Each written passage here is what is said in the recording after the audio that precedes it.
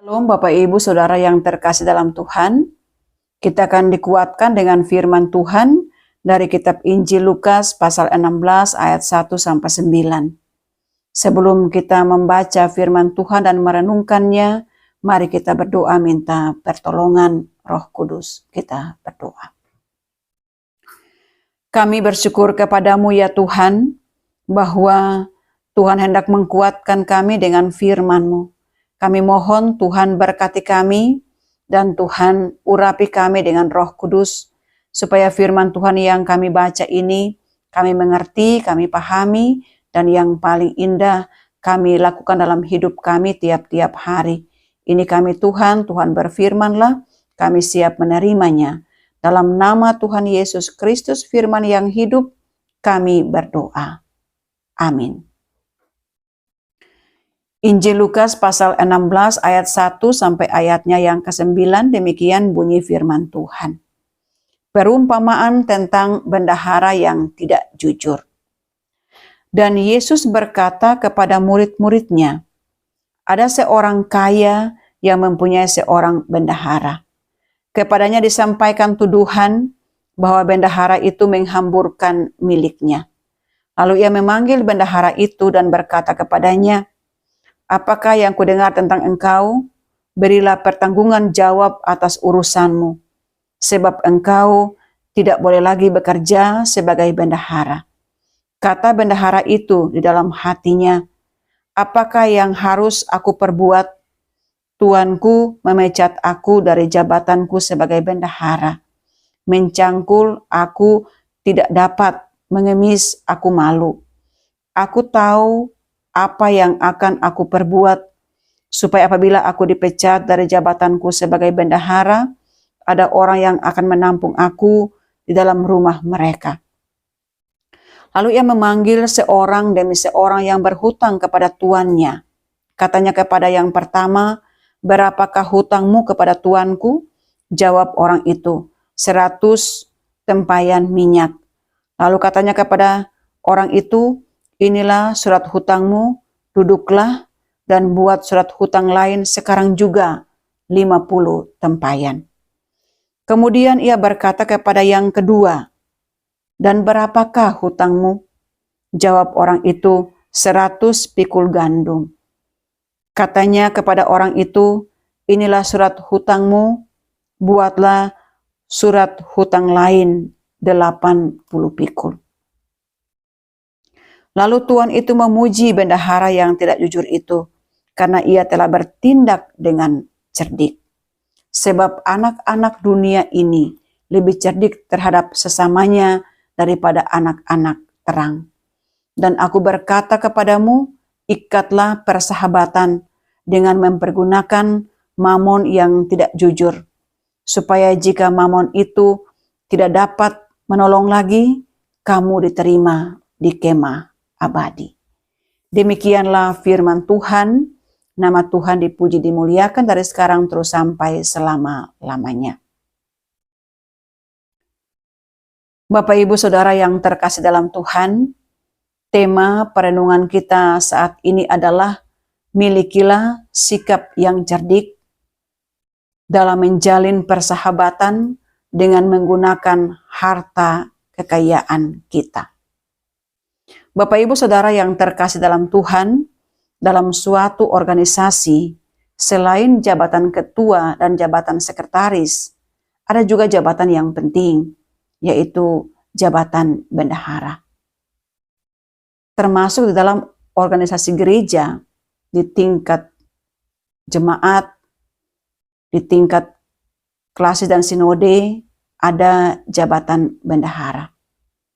Bendahara yaitu orang yang dipercayakan tugas untuk menata dan mengelola uang dan harta milik organisasi tersebut. Sebetulnya, kita semua adalah orang-orang yang mendapatkan kepercayaan atau tugas dari Tuhan untuk menata kekayaannya dan mengelolanya di dunia ini. Oleh karena itu, mari kita melihat apa maksud Tuhan dengan menyampaikan perumpamaan tentang bendahara yang tidak jujur ini. Yang pertama, milikilah sikap yang cerdik. Ini poin yang penting dan sangat menarik dalam pembacaan kita. Kita bisa baca dari ayat 1 sampai ayat 8. Bapak Ibu Saudara yang terkasih dalam Tuhan, kalau kita membaca secara sepintas saja, kita akan heran dan bertanya, mengapa Tuhan Yesus menyampaikan sikap seorang bendahara yang tidak jujur ini kepada murid-muridnya? Bapak Ibu Saudara yang terkasih, untuk mengerti hal ini, kita harus melihat perikop sebelum bacaan kita dan perikop sesudah bacaan kita. Dalam perikop sebelum bacaan kita, ada perumpamaan tentang anak yang hilang, di mana dikisahkan bahwa anak yang bungsu, ia berfoya-foya menghabiskan harta kekayaan warisan dari ayahnya. Ia jatuh miskin, bertobat, dan kembali pulang kepada ayahnya. Dan masuk ke bacaan kita, Tuhan Yesus menyampaikan perumpamaan tentang seorang bendahara yang menyalahgunakan, menghamburkan harta tuannya. Di akhir perikop kita, setelah disampaikan oleh Tuhan Yesus tentang sikap yang diambil dalam kecerdikan bendahara ini, Tuhan katakan begini, memang seperti itulah kelakuan anak-anak dunia ini. Mereka lebih cerdik daripada anak-anak terang. Nah, kalau kita masuk dengan perikop sesudah bacaan kita, Tuhan Yesus menyatakan seperti ini.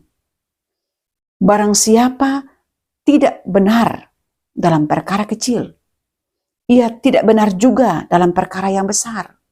Lukas 16 ayat 10 dan ayat 11. Jadi jikalau kamu tidak setia dalam hal mamun yang tidak jujur, siapakah yang akan mempercayakan kepadamu harta yang sesungguhnya?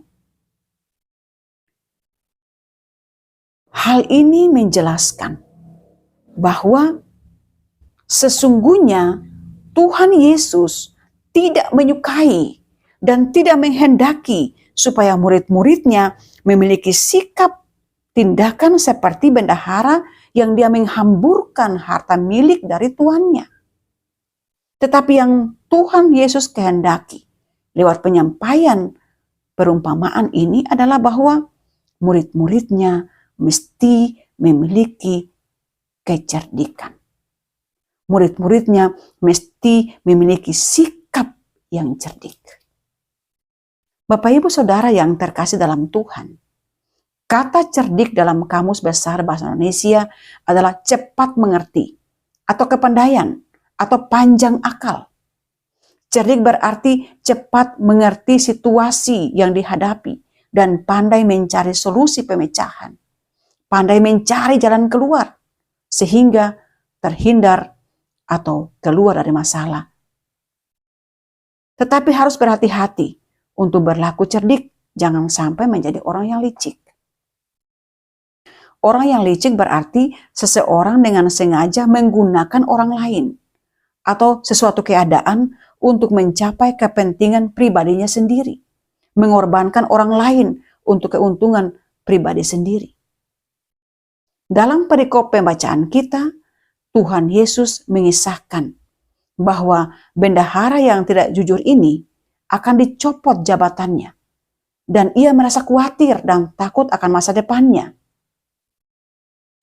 Tetapi kalau kita bertanya, kenapa ya harus bendahara yang dibahas oleh Tuhan? Kenapa tidak jabatan yang lain?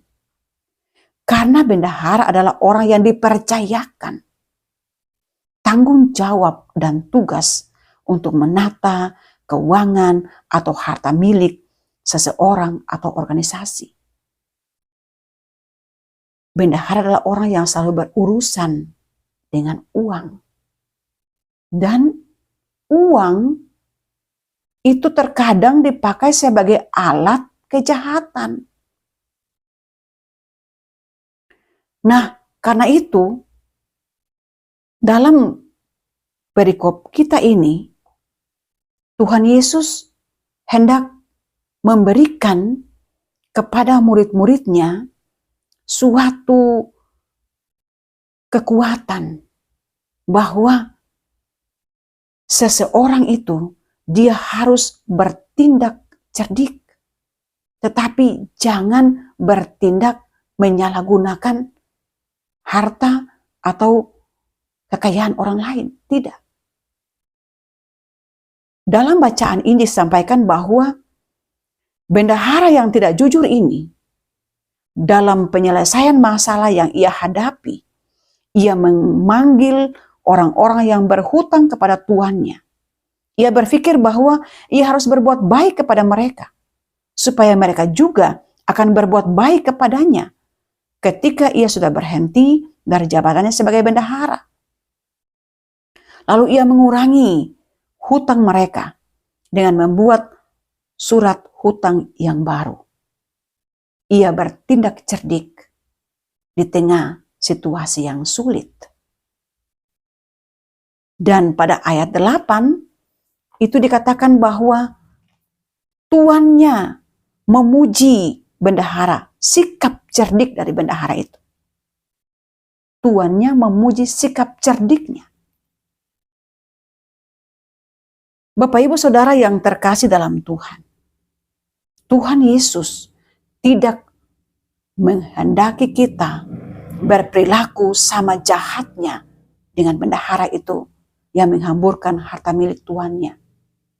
Tetapi yang Tuhan Yesus mau adalah kita harus dengan cepat mengerti situasi yang kita hadapi dan pandai mencari pemecahannya, pandai mencari solusi agar dapat keluar atau terhindar dari masalah dengan cara-cara yang benar. Dalam kitab Amsal 13 ayat 16 dikatakan bahwa orang cerdik bertindak dengan pengetahuan, tetapi orang-orang bebal membeberkan kebodohan. Bapak Ibu Saudara yang terkasih dalam Tuhan, ayat 1-8 hendak menguatkan kita bahwa sebagai orang percaya, kita harus bertindak cerdik dalam segala situasi, yaitu panjang akal, pandai dan cepat mengambil tindakan yang tepat, dan mudah menemukan solusi yang bijak. Tetapi jangan mengorbankan orang lain untuk kepentingan diri sendiri. Sikap bendahara yang tidak jujur adalah manifestasi dari sikap anak-anak dunia. Dan kita bukan anak-anak dunia. Kita orang Kristen adalah orang-orang yang telah diselamatkan dalam kasih Allah lewat pengorbanan Tuhan Yesus Kristus. Status kita adalah anak-anak Tuhan, anak-anak terang. Karena kita adalah anak-anak yang telah mendapatkan penyelamatan dari dosa. Kita diangkat oleh Tuhan dengan kasih-Nya, kemurahan-Nya, dan keselamatan kita, anugerah dari Tuhan. Kita harus mengerti, kita bukan orang dunia. Kita adalah anak-anak Tuhan. Karena itu, bertindak cerdik, tapi dengan cara yang benar. Sesuai dengan kehendak Tuhan Yesus Kristus. Yang kedua, Bapak Ibu Saudara yang terkasih dalam Tuhan adalah jalinlah hubungan persahabatan dengan menggunakan kekayaan kita. Kita bisa baca itu pada ayat 9. Dalam ayat 9 dikatakan bahwa dan aku berkata kepadamu, ikatlah persahabatan dengan mempergunakan mamon yang tidak jujur, supaya jika Mamon itu tidak dapat menolong lagi, kamu diterima di dalam kemah abadi. Bapak Ibu Saudara yang terkasih dalam Tuhan, banyak orang yang menggunakan ayat ini untuk mengejar keuntungan dan kekayaan dengan cara yang tidak benar. Mereka mengartikan ayat ini dengan makna mereka harus bersahabat dengan Mamon. Ini pemahaman yang salah. Jangan bersahabat dengan Mamon, tetapi ikatlah persahabatan dengan sesama di dunia ini dengan mempergunakan Mamon yang tidak jujur itu. Mamon yang tidak jujur mempunyai arti yaitu dalam bentuk uang atau harta kekayaan. Nah, karena itu sebagai anak-anak Tuhan, gunakanlah uangmu, gunakanlah harta kekayaanmu untuk menebarkan kasih Tuhan bagi sesama dengan mengikat persahabatan, dengan saling menolong. Jangan pelit dan jangan fokus untuk menimbun kekayaan. Uang dan harta adalah alat untuk kita mewartakan kasih Tuhan, supaya orang lain juga mengenal kasih Tuhan Allah Bapa kita dalam Yesus Kristus. Uang dan harta bukan menjadi tujuan hidup kita.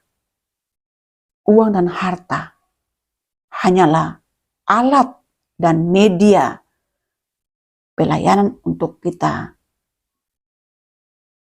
gunakan dalam hidup kita di tengah dunia ini. Ingat bahwa kita harus menggunakannya untuk membuka persahabatan, membuka hubungan-hubungan yang baru, yang positif, yang baik dalam hidup kita di tengah-tengah dunia ini. Bapak Ibu Saudara yang terkasih dalam Tuhan, dalam kehidupan keseharian kita, sering kita melihat ada orang-orang yang menggunakan uangnya, kekayaannya untuk menolong orang yang susah, orang yang miskin. Ketika ada bencana terjadi, banyak orang menyumbang kekayaannya untuk membantu mereka yang terkena bencana itu. Ketika ada orang yang sakit, mereka juga menggunakan uang ataupun kekayaan mereka. Mungkin juga kita seperti itu. Itulah yang Tuhan mau dari ayat ini, Bapak Ibu Saudara yang terkasih dalam Tuhan. Itu yang Tuhan mau kita buat dalam kehidupan kita di tengah-tengah dunia ini. Kita harus mengikat persahabatan dengan menggunakan Mamon yang tidak jujur itu. Bapak Ibu Saudara yang terkasih dalam Tuhan, kalau anak-anak dunia ini bertindak cerdik dengan menggunakan hartanya untuk melakukan kebaikan, mengapa kita orang Kristen tidak bisa? Tuhan Yesus pada ayat ini menyuruh kita untuk membina hubungan kasih yang baik dan positif dengan sesama dengan menggunakan media atau alat uang atau kekayaan kita. Bapak Ibu Saudara yang terkasih dalam Tuhan, jangan sampai karena uang atau harta, hubungan persahabatan, hubungan kekeluargaan, hubungan kekerabatan menjadi terganggu atau hancur atau rusak atau terputus. Justru harta kita itu kita gunakan untuk memperkuat ikatan-ikatan tersebut. Kalau anak-anak dunia ini dengan cerdik menggunakan kekayaan dan harta mereka untuk membuat kebaikan, kita orang percaya harus lebih cerdik lagi menggunakannya. Berikanlah kepada mereka yang membutuhkan. Kalau ada orang yang sakit, bantulah mereka dengan apa yang kita miliki. Kalau ada orang yang susah di sekitar kita, ulurkanlah tanganmu. Bantulah pekerjaan pelayanan. Berikanlah pelayanan yang baik kepada orang-orang di sekitarmu dengan menggunakan uang dan hartamu. Bapak Ibu Saudara yang terkasih dalam Tuhan, memang betul manusia hidup memerlukan uang. Tetapi jangan hanya karena mau mencari uang, kita menggunakan cara-cara yang salah. Seperti berjudi, menipu, mencuri, dan lain-lain sebagainya. Kerja mencari uang itu benar. Tetapi ingatlah waktu beribadah. Ingatlah meluangkan waktu persekutuan doa dengan Tuhan. Jangan sampai terlalu sibuk bekerja mencari uang, kita melupakan Tuhan, melupakan keluarga, melupakan untuk menjalin persahabatan dengan sesama, dan menjauh dari Tuhan. Bapak Ibu Saudara yang terkasih dalam Tuhan, kita semua adalah orang-orang yang Tuhan percayakan, Tuhan tugaskan tanggung jawab menata dan mengelola kekayaan Tuhan di dunia ini. Mari kita berlaku dan memiliki sikap yang cerdik. Jangan kita menggunakan mamon yang tidak jujur itu dengan cara yang salah. Tetapi gunakanlah sebagai alat untuk memuliakan Tuhan. Bapak Ibu Saudara yang terkasih dalam Tuhan, kita semua diberikan tanggung jawab yang sama.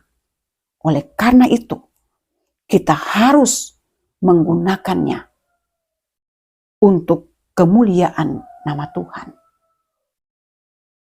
Saat ini, baik sebagai kepala keluarga, ibu rumah tangga, pemuda-pemudi, pelayan Tuhan maupun umat Tuhan, kita semua harus menata, mengelola uang dan harta kita dengan baik. Kita harus dengan cerdik menggunakannya untuk kemuliaan nama Tuhan. Tuhan menolong kita. Tuhan memberkati kita dengan kasih dan kuasa-Nya. Amin.